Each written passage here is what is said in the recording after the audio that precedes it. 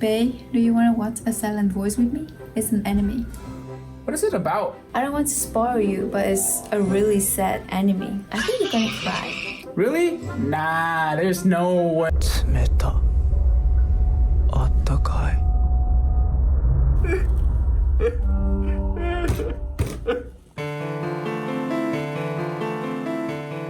Oh, hey, welcome back. After like what? 3-4 months now? Have you ever lived under a rock for so long that you completely missed out on a major movie title? And in this case, an anime that has left a deep emotional impact on millions and millions of anime fans.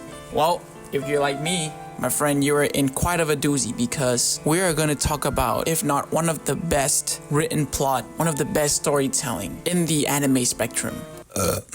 And by now, you might wonder if I sound a little bit more serious than how I usually am. Then you are absolutely correct. Because this anime does such an incredible job of portraying real-life dilemmas that a lot of us come across every day. It's what shaped us to become a better person. You know, social anxieties, depression, specifically in this anime, bullying. Now, because of the nature of this video, I want to start by saying, if you have ever found yourself in these situations or have personally been affected by these hardships and feel uncomfortable continuing, I strongly encourage you to reach help from families, close friends, and professionals. But whether you've lived through these experiences yourself, like I have, or even never encountered them yourself, this 2016 anime delivers something rare, a picture of sympathy, understanding, and hope. This is A Silent Voice.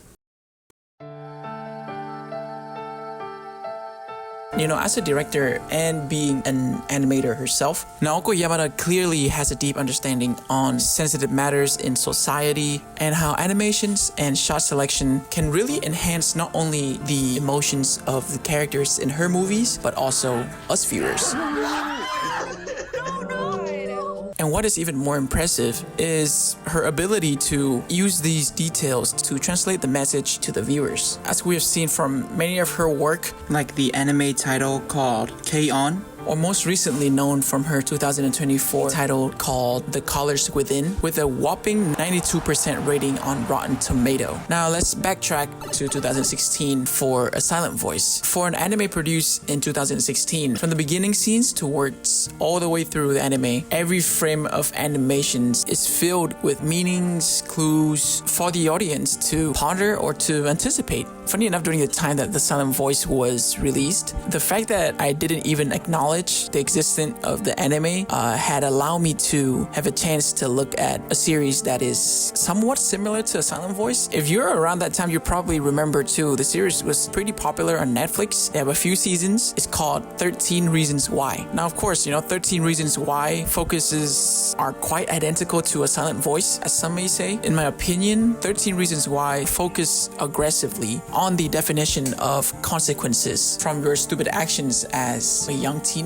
The show also painted such an accurate and clear picture on bullying culture in America and how the American school system or parents can neglect these problems. Man, from watching just the first season of the series, it was pretty hard. I couldn't even watch the next following seasons just simply because it's just so relatable to many of my friends back then in my high school going through the same thing. And let me tell you, the kids in high school, they be going through stuff. On the other hand, A Silent Voice, as the title resembles the theme of the show itself, brings a more tender and sympathizing feeling to the audience in the form of repentance and truly trying to change the person who you used to be and become the best version of yourself, which I would say is so crucial for the developments during our teenage years. During my first watch of A Silent Voice, Yamada has done such an outstanding job of delivering a really heavy subject to many anime lovers through two techniques that I want to mention today. And the first one is visual metaphor through symbolic jump cuts.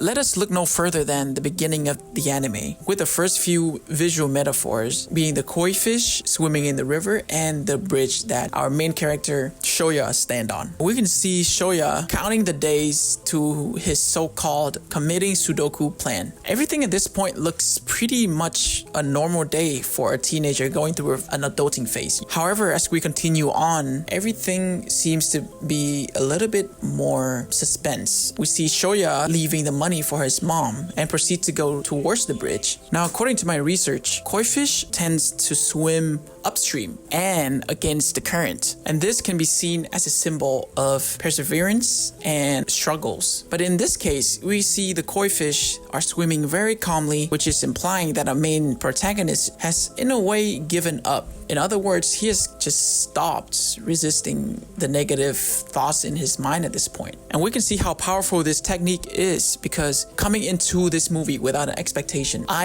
personally did not know what Shoyo was going to do there. But then seeing the jump cuts, seeing the koi fish, seeing the edge of the bridge, seeing him thinking about it just really hits me. Yamada really had the audience questioning, including myself. Why are these frames showing the fishes instead of Shoya? But this has allowed many other silent voice fans to appreciate the thoughtfulness of the director in bringing meaningful visuals and allow us to dissect and analyze the scene afterwards when we stop anticipating. Yamada is trying to show us that the fish is Shoya, the water current is his life, and the stillness of the water is his decisions. So we as viewers can understand more clearly what his situation is, and moreover being able to see it through a lens of life and how Yamada and her team is trying to deliver that deep message behind self-love and social pressures to us audience. Another great example is from Shoko's perspective, her notebook and the empty desk space around her. And another important detail here that I think we need to take a look at, the paper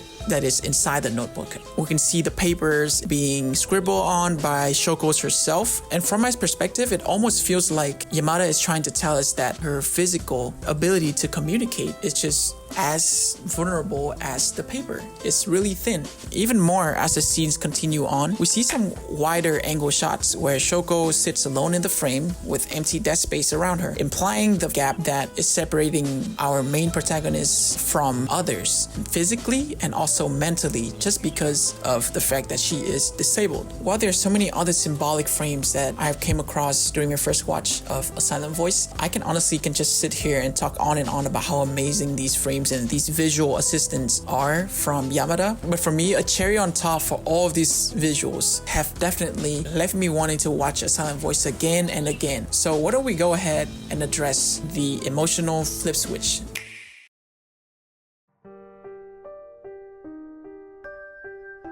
Throughout A Silent Voice, we often see a pattern that Yamada is using in order to bring the emotionals of the viewers to go all the way up to the peak with the help of visual metaphors, as I have mentioned. With many anime titles being released in the industry, we as a viewer often guess what's gonna happen next. And I know that I've talked about anticipation and pondering about what's going on in anime, specifically in A Silent Voice. But there's a bad thing about anticipation that kind of kills the emotion that we have while watching an anime, or just simply being disappointed that it didn't happen the way we want it to be.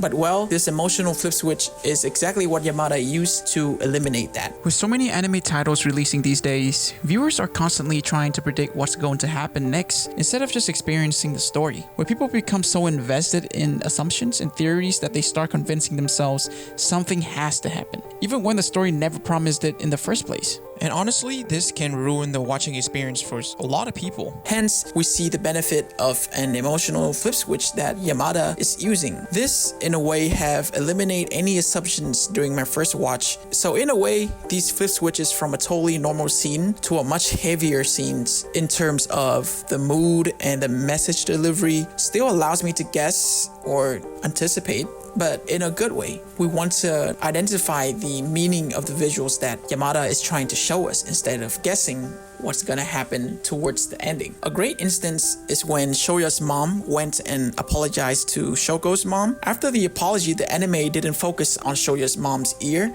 but we can clearly see that her earrings is bleeding. Funny enough, I never found out actually if Shoya's mom kind of tear her earrings from her ears until doing an actual research on why she did that. In one of the fan base community for A Silent Voice revealed that she actually ripped out her earrings in a way of paying the debt to what Shoya did to Shoko. This is exactly what I love about the silent voice. It kept us from guessing, but also it hides interesting Easter eggs from us so that we can be intrigued, we can be more interested to keep enjoying the whole experience. What is even more is just imagine the first time reaction of somebody who have never watched a silent voice before. I think bamboozled is definitely an understatement. But for me, there's another crucial aspect that I think often get overlooked in animes in general, but was a highlight during my first watch. And it is not something at this point. It's more like this person has single-handedly allowed me to fully experience the movie with every ounce of emotions that I have. And it is none other than our beloved Saori Hayami.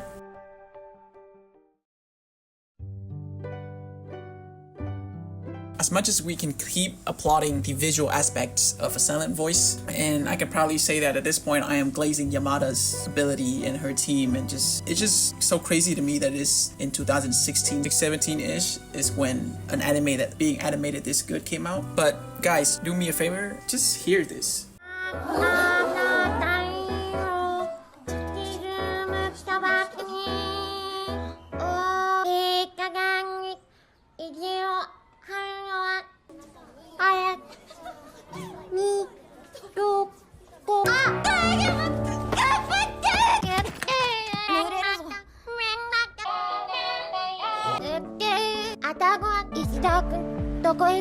You cannot tell me that the sounds that were made by the voice actress did not add such heavy impact on your experience of watching this anime. Like, I'll be so for real, when I first heard these sounds in that scene when the whole class is just practicing and Shoko tried so hard to sing just like her classmate, and the pause in the scene too, all combined just had me tearing up. And you know, I was wondering how come such a simple sound effect could bring so much to the scene. While writing this script, I have came to a conclusion that thanks to Saori Hayami, she has really made sure to bring the authenticity of what being a person who is suffering from a speaking disability is. And being the voice for so many viral anime characters, I would not be surprised the sheer amount of work that Saori has to put in to really nail Shoko's speaking disability. Earlier, we've seen the anime utilize effectively every single jump cuts to different symbolic animations of characters to bring the emotional aspect into visualizations. Now we are being served with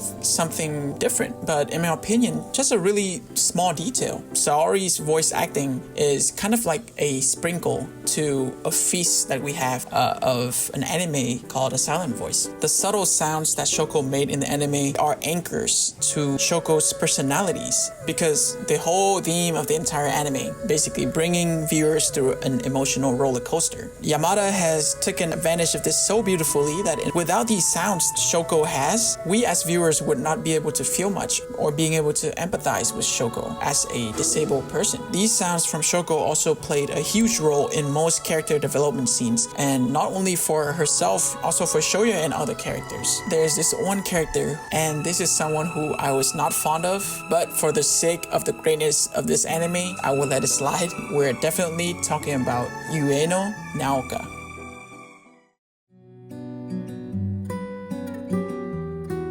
Now, where do I even begin with Ueno? Appearing as Shoya and Shoko's childhood classmates, this girl has loudly become one of the most hated characters throughout the entirety of the Silent Voice. And before we dive deeper into what exactly is Ueno effect and how even this most hated character is crucially needed in this anime, I would like for all of us to look over the terms protagonist and antagonist. Now, in an anime like A Silent Voice, unlike shonen or isekai anime, the antagonists are often seen as the depression that our main protagonist faces. Bullying and other forces like society expectation on a disabled person, peer pressure from being a bad person and try to becoming a better person. However, beside these antagonist forces that drives Shoko and Shoya into a fight where they had in the anime, Ueno Naoka, in my opinion, also contributed a significant amount in these antagonist forces,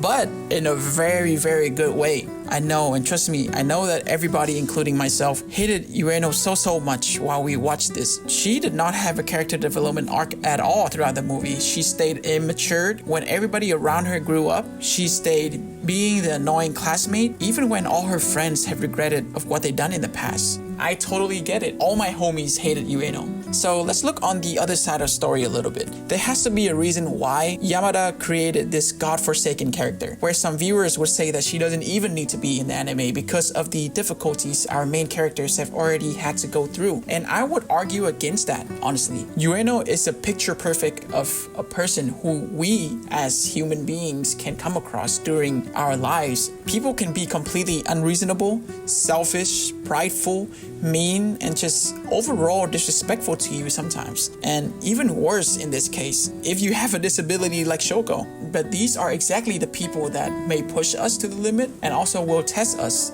to become a better version of ourselves. And we have seen in the anime, Ueno had no remorse, had no understanding whatsoever, and her level of immaturity is through the roof, which is ironically really good for our protagonist. Despite her presence reminds Shoya so much of his dark past, he pushed through with a dedication to make things right and to repent of his wrongdoings from before. Even though I think his solution was a little bit too extreme, and despite Ueno blames everything on Shoko, her perseverance shines through and showed Ueno that she is the bigger person in this whole story. Like honestly, like Ueno is a top tier, like D1 hater if you are watching from a viewer standpoint. And towards the end of the anime, I don't think we ever see Ueno actually change or had a change of heart. But what I did see is that a look of content from a character knowing that she has done her part for the sake of growth of our protagonist. Without Ueno, Shoko or Shoya or even Miki can experience the development that we see on screens.